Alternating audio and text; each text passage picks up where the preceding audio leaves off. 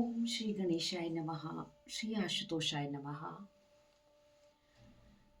आज हम श्रीमद् भागवत महापुराण सप्ताह कथा एक ग्रंथ दशम स्कंद का अध्याय 19 करने जा रहे हैं, जिसमें भगवान की बड़ी ही सुंदर लीलाओं का वर्णन किया गया है। अध्याय 19, गौओं और गोपों को दावानल से बचाना। श्री सुखदेव जी कहते हैं, परीक्षित, ग्वाल बालों के खेल कूद में लगे रहने से उनकी गायें, बकरियां और भैंसें गर्मी की ताप से व्याकुल सरकंडों के वन में घुस गईं। जब श्री कृष्ण और बलराम जी ने देखा कि हमारी गऊओं का कुछ पता नहीं, तब उनके खुरों से पता लगाते हुए वे सब मुंजावटी वन में पहुंच गए। डकराती हुई गऊओं को वे लौटाने की चेष्टा करने लगे। वे सब प्यास से व्याकुल हो रही थी। सहसा दावा अग्नि लग गई। यह दवा अग्नि वनवासी जीवों के लिए काल ही होती है। साथ ही बड़े जोर की आंधी चलकर उस अग्नि को बढ़ाने में सहायता देने लगी। इस प्रकार सब ओर फैली हुई वह प्रचंड अग्नि अपनी भयंकर लपटों से समस्त चराचर जीवों को भस्म करने लगी। जब ग्वाल बालों और गौओं ने देखा कि दावानल चारों ओर से हमारी ओर बढ़ता आ रहा है, तब वे अत्यंत भयभीत हो गए और मृत्यु के भय से डरे हुए जीव जिस प्रकार भगवान की शरण में जाते हैं, वैसे ही वे श्री कृष्ण और बलराम जी के शरणागत होकर उन्हें पुकारते हुए बोले, प्यारे कृष्ण, परम बलशाली बलराम, हम तुम्हारी शरणागत हैं। देखो, इस समय हम दावानल से जलना ही चाहते हैं। तुम दोनों हमें इससे बचाओ। हमारे तो तुम ही भाई बंधु और सब कुछ हो। हमें केवल तुम्हारा ही भरोसा है। इस प्रकार सबके सब मृत्यु के भय से श्री कृष्ण और बलराम जी के शरणागत हो गए। श्री कृष्ण ने कहा, तुम सब आंखें बंद कर लो। सबने आंखें मूंद ली। भगवान ने अग्नि को पी लिया। इस प्रकार सबको घोर संकट से छुड़ा लिया। इसके बाद जब ग्वाल वालों ने अपनी आंखें खोली तो देखा कि सब के सब भांडीर वट के पास हैं। इस प्रकार अपने आप को, गऊओं को दावानल से बचा देख वे ग्वाल बाल बहुत विस्मित हुए। भगवान श्री कृष्ण की इस योग माया को देखकर लोग सिद्धि और योग माया के प्रभाव को एवं दावानल से अपनी रक्षा को देखकर उन्होंने यही समझा कि श्री कृष्ण कोई देवता हैं। सायकाल होने पर बलराम जी के साथ भगवान श्री कृष्ण ने गौवें लौटाई और बंसी बजाते हुए उनके पीछे पीछे व्रज की यात्रा की। उस समय ग्वाल बाल उनकी स्तुति कर रहे थे। इधर व्रज में गोपियों को श्री कृष्ण के बिना एक एक क्षण सौ सौ युग के समान हो रहा था। जब भगवान श्री कृष्ण बलराम जी गऊओं और ग्वाल वालों के साथ लौटकर आए, तब उनका दर्शन करके वे परमानंद में मग्न हो गईं। इस तरह दशम स्कंद पूर्वार्ध का 19 अर्थात 19वां अध्याय समाप्त हुआ।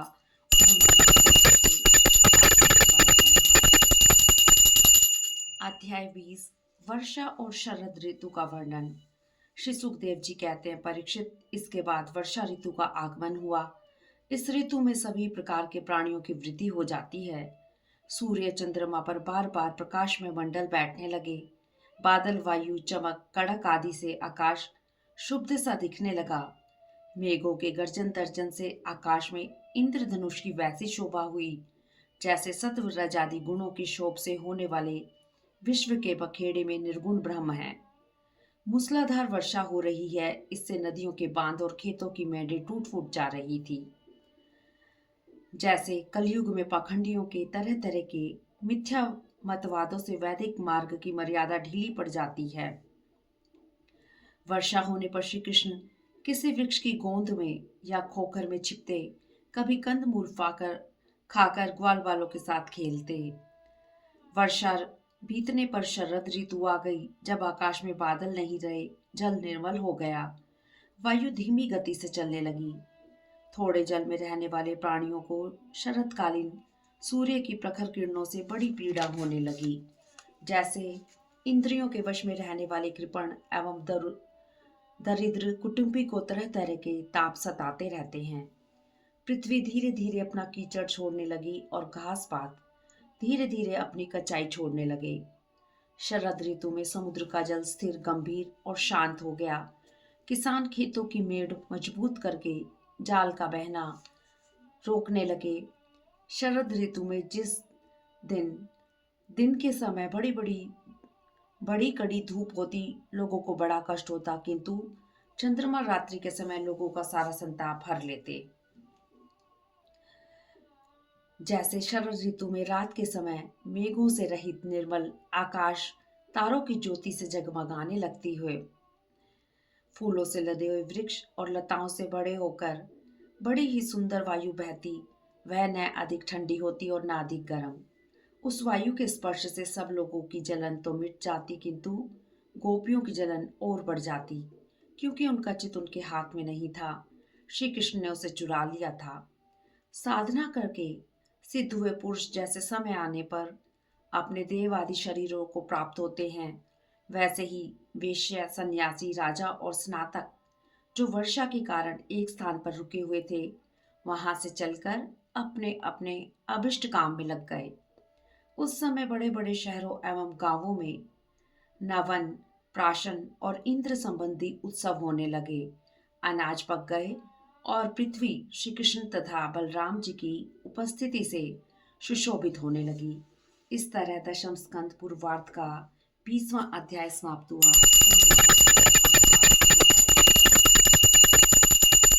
अध्याय 21 में हम वेणु गीत का वर्णन करेंगे।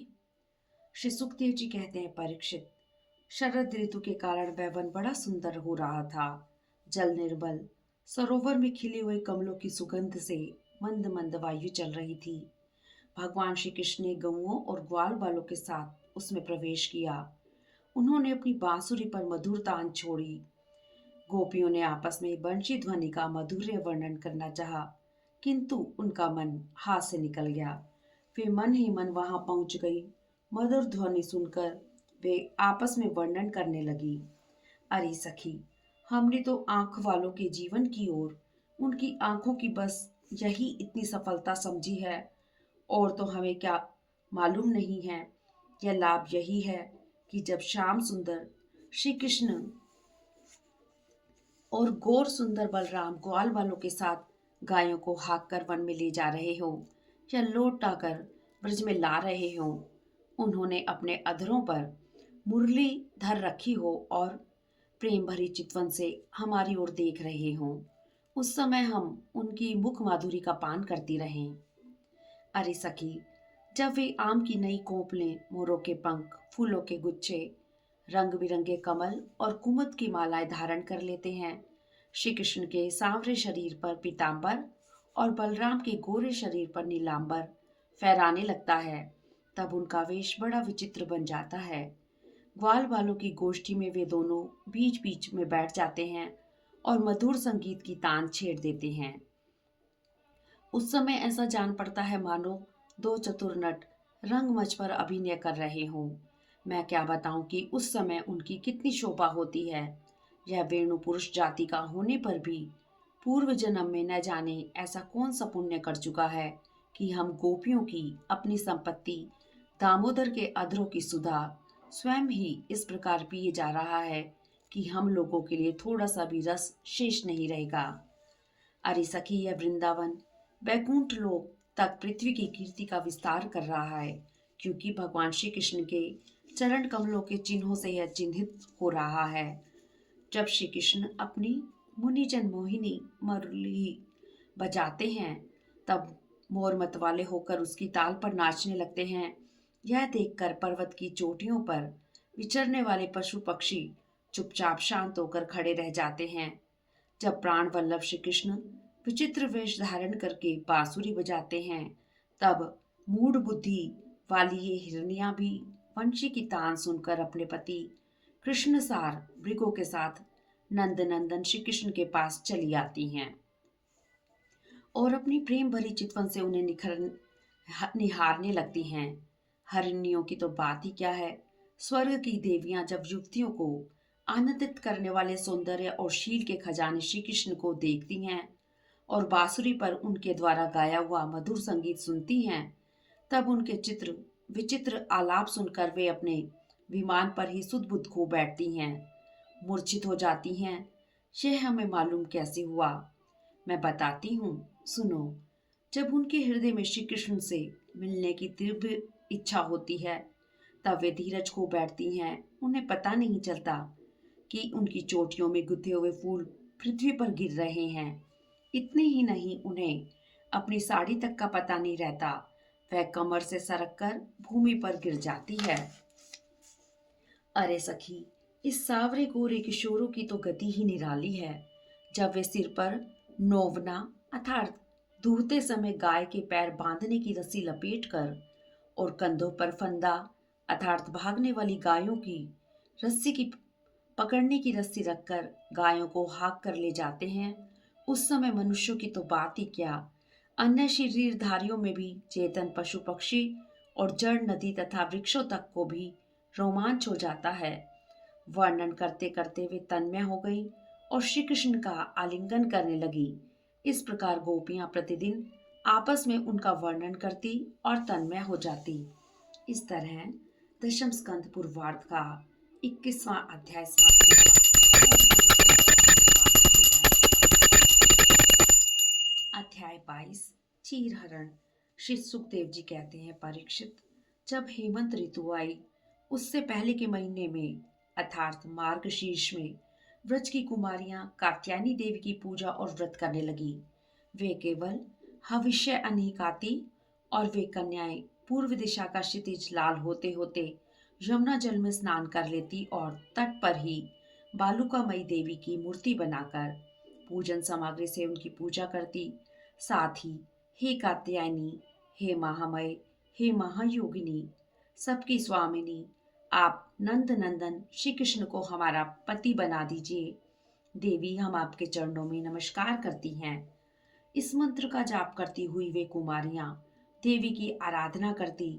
इस संकल्प के साथ 1 महीने तक वे भद्रकाली की पूजा करती। एक दिन की बात है, सब कुमारियों ने प्रतिदिन की भांति यमुना जी के तट पर आ जाकर अपने अपने वस्त्र उतार रख दिए और भगवान के गुणों का गान करती हुई आनंद से जल क्रीड़ा करने लगी। श्री कृष्ण ने आकर गोपियों के सारे वस्त्र उठा लिए और एक कदम के वृक्ष पर चढ़ गए। साथ ही ग्वाल बाल ठेंगा लगाकर हंसने लगे। श्री कृष्ण ने हंसते हुए कहा, अरे कुमारियों, तुम सब आकर अपने अपने वस्त्र ले जाओ।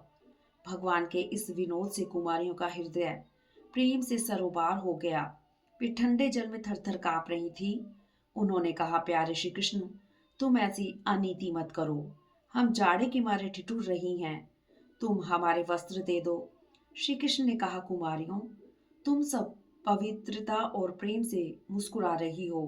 तुम यदि अपने को मेरी दासी मानती हो तो मेरी आज्ञा का पालन करो। यहाँ आकर अपने अपने वस्त्र ले लो। भगवान की ऐसी बात सुनकर वे अपने दोनों हाथों से गुप्त अंगों को छिपाकर यमुना जी से बाहर निकली। उनके इस शुद्ध भाव से प्रसन्न भगवान ने उनके वस्त्र अपने कंधे पर रख लिए और बोले, वस्त्रहीन होकर तुमने जल में स्नान किया है। इससे तो जल के अधिष्ठाता देवता वरुण का तथा यमुना जी का अपराध हुआ। अतः इस दोष की शांति के लिए तुम अपने हाथ जोड़कर सिर को लगाओ और उन्हें झुककर प्रणाम करो। श्री कृष्ण की बात सुनकर कुमारियों ने ऐसा ही समझा कि हमारे व्रत में त्रुटि आ गई। अतः उसकी निर्विघ्न पूर्ति के लिए उन्होंने समस्त कर्मों के साक्षी श्री कृष्ण को नमस्कार किया, क्योंकि उन्हें नमस्कार करने से ही सारी त्रुटियों का मार्जन हो जाता है। श्री कृष्ण ने उनके वस्त्र दे दिए। कुमारियों ने वस्त्र पहन लिए। भगवान ने कहा, प्रिय कुमारियों, तुम्हारा संकल्प सत्य होगा, तुम मेरी पूजा कर सकोगी। अब तुम अपने अपने घर जाओ, तुम्हारी साधना सिद्ध हो गई। तुम आने वाली शरद ऋतु की रात्रियों में मेरे साथ विहार करोगी। कात्यायनी देवी तुम सब पर प्रसन्न है। भगवान की आज्ञा पाकर वे कुमारियां इच्छा न होने पर भी व्रज में गई। उनकी सारी कामनाएं पूर्ण हो चुकी थी। एक दिन श्री कृष्ण और बलराम जी ग्वाल बालों के साथ गौएं चराते हुए वृंदावन से दूर निकल गए। ग्रीष्म ऋतु थी। सूर्य की किरणें बड़ी तीव्र थी, किंतु घने घने वृक्षों में श्री कृष्ण के साथ ग्वाल बालों के अपनी छाया से सुख पहुंचाया। भगवान श्री कृष्ण ने ग्वाल बालों से कहा, मेरे प्यारे मित्रों, देखो यह वृक्ष कितने भाग्यशाली हैं। ये सदा दूसरों की भलाई करते रहते हैं। ये स्वयं तो वायु के झोंके, वर्षा, धूप और शीत सब कुछ सहते हैं, किंतु उनसे हमारी रक्षा करते हैं।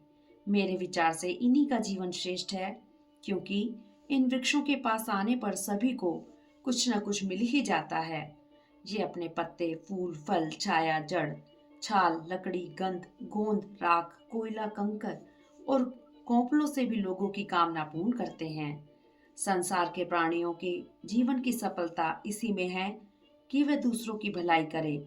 इस प्रकार वार्तालाप करते हुए भगवान श्री कृष्ण ग्वाल बालों के साथ यमुना तट पर आ गए। उन लोगों ने पहले गौओं को जल पिलाया, फिर स्वयं जल का पान किया। उसी समय कुछ भूखे ग्वालों ने श्री कृष्ण और बलराम जी से यह बात कही। चीर हरण लीला का क्या तात्पर्य है? 21वें अध्याय में इसका वर्णन किया है। भगवान की रूप माधुरी, वंशी ध्वनि और प्रेममयी लीलाएं देख सुनकर गोपियां मुग्ध हो गईं। 22वें अध्याय में उसी प्रेम की पूर्णता प्राप्त करने के लिए वे साधना में लग गई और भगवान ने आकर उनकी साधना पूर्ण की है। चीर हरण का यही प्रसंग है। कुमारी गोपियां श्री कृष्ण के प्रति आत्मसमर्पण चाहती थी। हेमंत के पहले महीने में अर्थात भगवान के विभूति स्वरूप मार्गशीर्ष महीने में उसकी साधना प्रारंभ हो गई। प्रातःकाल ही यमुना स्नान के लिए वे एक साथ जाती, ऊंचे स्वर से श्री कृष्ण का नाम कीर्तन करती हुई। उन्हें किसी का भय नहीं था। हविष्यान का भोजन करती, वे विधि पूर्वक देवी की बालुकामयी मूर्ति बनाकर पूजा और मंत्र जप करती थी। उन्होंने अपना कुल, परिवार, धर्म, संकोच और व्यक्तित्व भगवान के चरणों में सर्वदा समर्पण कर दिया था। विधि का अतिक्रमण करके कोई साधना में सफल नहीं हो सकता, किंतु हृदय की निष्कपटता, सच्चाई और सच्चा प्रेम विधि के अतिक्रमण को भी शिथिल कर देता है। गोपियों की साधना में एक त्रुटि थी। वे मर्यादा का उल्लंघन कर नग्न स्नान करती थी। यद्यपि उनकी यह क्रिया अज्ञान पूर्वक थी, तथापि भगवान के द्वारा इसका मार्जन आवश्यक था। भगवान ने गोपियों से इसका प्रायश्चित करवाया। गोपियों ने वैधि भक्ति का अनुष्ठान किया, किंतु उनका हृदय तो रागात्मिकता भक्ति से भरा हुआ था। अब पूर्ण समर्पण होना चाहिए। चीर हरण से वही कार्य संपन्न होता है। भगवान श्री कृष्ण चराचर प्रकृति के एकमात्र अधीश्वर हैं, संपूर्ण विश्व की आत्मा हैं। गोपियां उन्हें अपना स्वामी, गुरु, माता पिता, सखा, पति आदि के रूप में मानकर उनकी उपासना कर रही थी। पति के रूप में प्राप्त कर वे उन्हें पूर्णता चाहती थी। श्री कृष्ण गोपियों के वस्त्रों के रूप में उनके संपूर्ण संस्कारों के आवरण अपने हाथ में लेकर पास ही कदम्ब के वृक्ष पर चढ़ गए और बैठ गए। गोपियां जल में थी। वे जल में सर्वव्यापक, सर्वदर्शी भगवान से अपने गुप्त समझ रही थी। वे इस तत्व को नहीं जानती थी कि श्री कृष्ण जल में ही नहीं है, अपितु स्वयं जल स्वरूप भी हैं। उनके संस्कार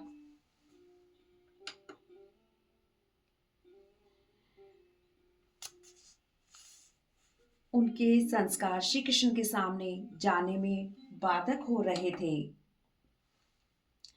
यद्यपि गोपियां श्री कृष्ण के लिए सबको भूल गई, किंतु अब तक अपने को नहीं भूली थी। इसी अपूर्णता को दूर करने के लिए शुद्ध भाव से प्रसन्न हुए श्री कृष्ण ने कहा, मुझसे अनन्य प्रेम करने वाली गोपियों, केवल एक बार अपने सर्वस्व को और अपने को भी भूल कर मेरे पास आ जाओ। अब तुम इस पर्दे के मोह में क्यों पड़ रही हो? अब संस्कार शून्य होकर निवारण हो माया का पर्दा हटाकर मेरे पास आओ। यह पर्दा हट गया तो तुम्हारा कल्याण हो गया। इस प्रकार निरावरण होकर तुम मेरे पास आओ, तभी तुम्हारी चिर संचित आकांक्षाएं पूर्ण होंगी। भगवान श्री कृष्ण का यह आह्वान, आत्मा के आत्मा परम प्रियतम के मिलन का यह मधुर आमंत्रण, भगवत कृपा से जिसके हृदय में प्रकट हो जाता है, वह प्रेम में निमग्न होकर श्री कृष्ण के चरणों में सब कुछ त्याग कर भी भूलकर दौड़ा आता है।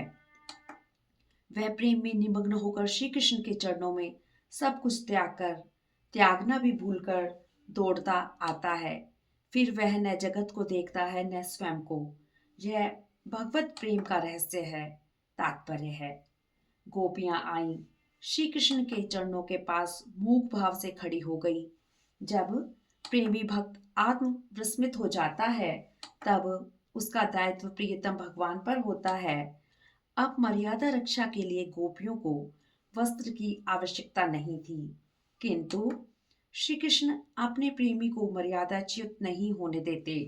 वे स्वयं वस्त्र दे देते हैं और अपनी अमृतमयी वाणी से उन्हें विस्मृति से जगाकर फिर जगत में लाते हैं। वे कहते हैं, हे गोपियों, तुम्हारा संकल्प सत्य हो गया।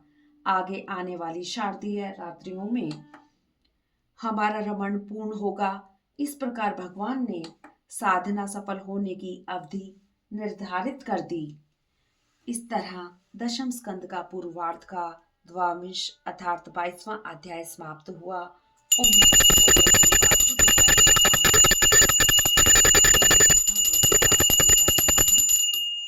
अध्याय 23 शक पत्नियों पर कृपा।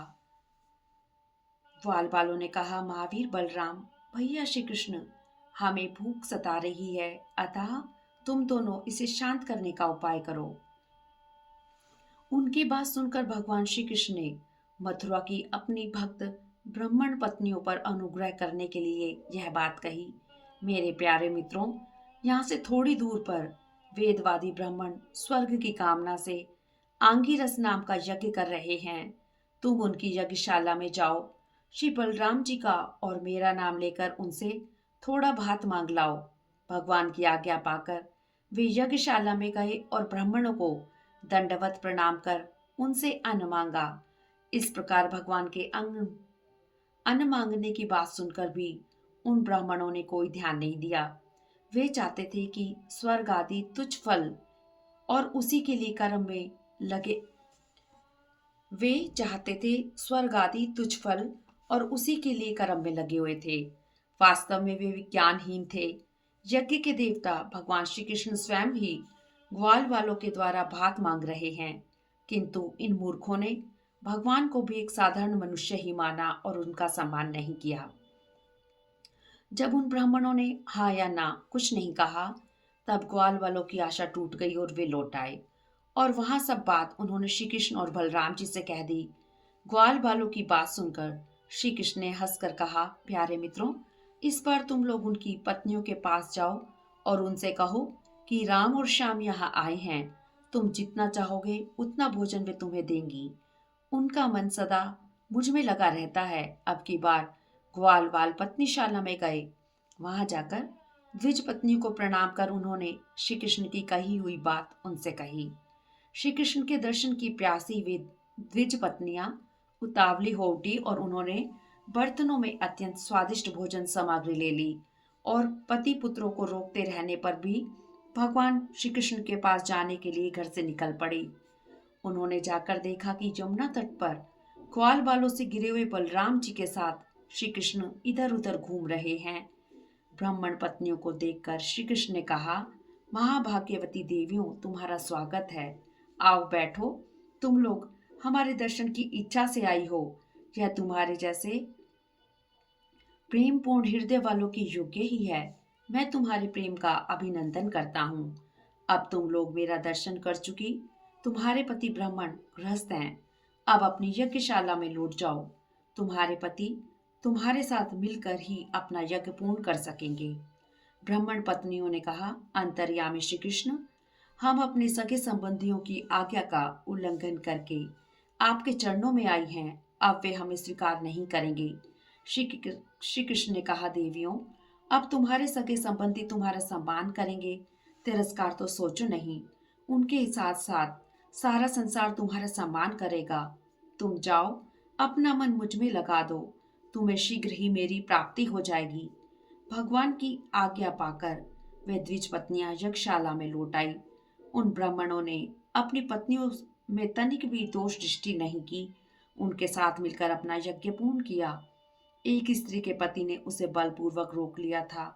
उसने भगवान का ध्यान कर प्राण छोड़ दिया।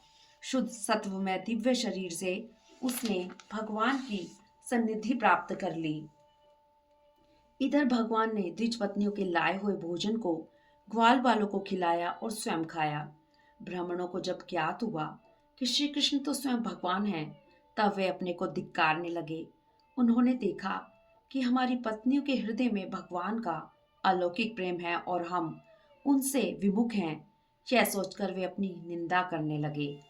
ऊंचे कुल में जन्म लेना, कर्म कांड में निपुण होना हमारे किसी काम में नहीं आया, हमें बार बार धिक्कार है। देश काल, सामग्रियां, मंत्र, अनुष्ठान की पद्धति, ऋत्विज, अग्नि देवता, यजमान, यज्ञ और धर्म सब भगवान के ही रूप हैं। वही विष्णु श्री कृष्ण के रूप में अवतीर्ण हुए हैं, किंतु हम इतने मूढ़ हैं कि उन्हें पहचान न सके। तब भी हम धन्य हैं, हमें ऐसी पत्नियां प्राप्त हुई। उनकी भक्ति से हमारी बुद्धि भी भगवान श्री कृष्ण के अविचल प्रेम से युक्त हो गई है। भगवान श्री कृष्ण हमारे अपराध को क्षमा करें, हम अज्ञानी हैं। इस प्रकार उन ब्राह्मणों को बड़ा पश्चाताप हुआ और उनके हृदय में श्री कृष्ण और बलराम जी के दर्शन की बड़ी इच्छा हुई, किंतु कंस के डर से वे दर्शन करने न जा सके। इस तरह दशम स्कंद पूर्वार्ध का त्रयोदश अध्याय समाप्त हुआ।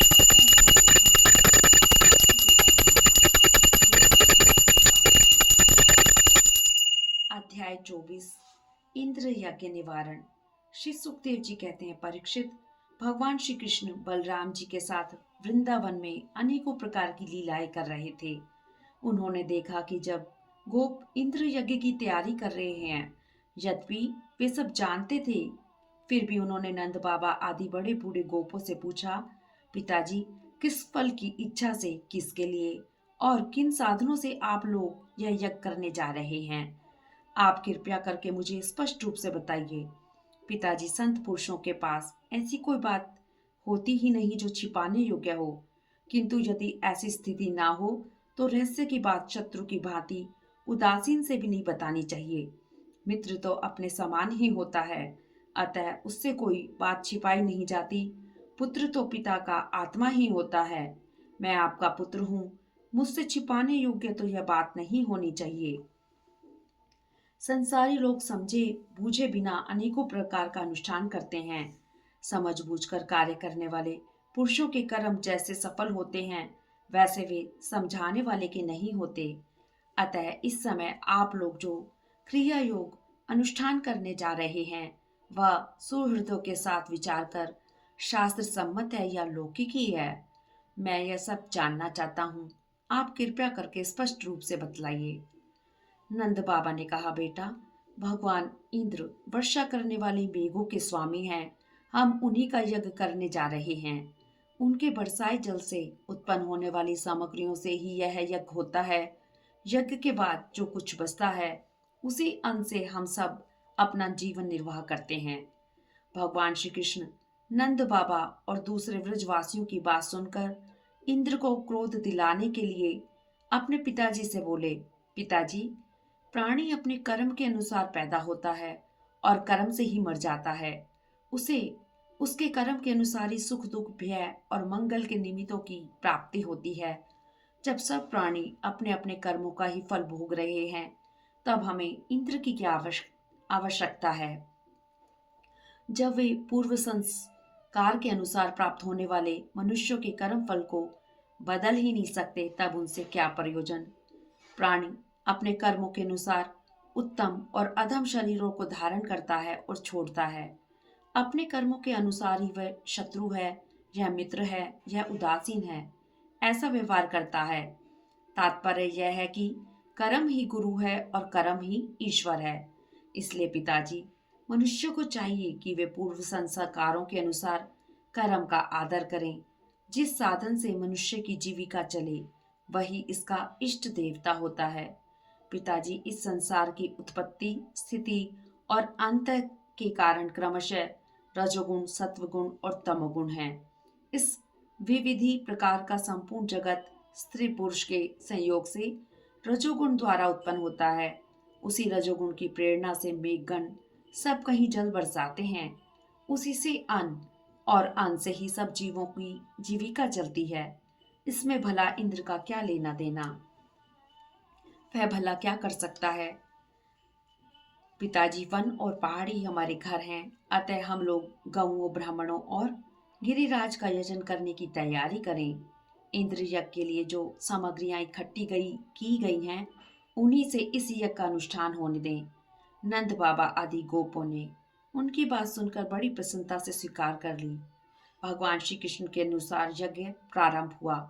पहले ब्राह्मणों से स्वस्ति वाचन कराकर उसी सामग्री से गिरिराज और ब्राह्मणों को सादर भेंटें दी और गौओं को हरी हरी घास खिलाई। इसके बाद नंद बाबा आदि गोपों ने गौओं को आगे करके गिरिराज की प्रदक्षिणा की। ब्राह्मणों का आशीर्वाद प्राप्त कर गोप और गोपियां गिरिराज की परिक्रमा करने लगे। भगवान श्री कृष्ण गोपों को विश्वास दिलाने के लिए गिरिराज के ऊपर एक दूसरा विशाल शरीर धारण करके प्रकट हो गए। मैं गिरिराज हूं, इस प्रकार कहते हुए सारी सामग्री ग्रहण करने लगे। श्री कृष्ण ने अपने उस स्वरूप को सबके साथ स्वयं प्रणाम किया और कहने लगे, देखो कैसा आश्चर्य है। गिरिराज ने साक्षात प्रकट होकर हम पर कृपा की है। आओ हम सब गिरिराज का प्रणाम करें। इस प्रकार भगवान की प्रेरणा से नंद बाबा आदि बड़े बूढ़े गोपों ने गिरिराज, गौ और ब्राह्मणों का विधि पूर्वक पूजन किया तथा फिर श्री कृष्ण के साथ ब्रज लौट आए।